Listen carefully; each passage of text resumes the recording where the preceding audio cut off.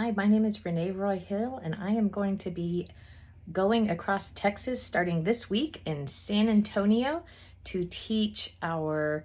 three-part treatment plan for oral motor therapy, our very first course in our TalkTools series to learn more about how to implement muscle-based strategies for speech clarity and feeding, and then following that up with a trip to Houston in a couple weeks with my colleague Colette Ellis to teach our very first global feeding class, looking at feeding and swallowing from the perspective of a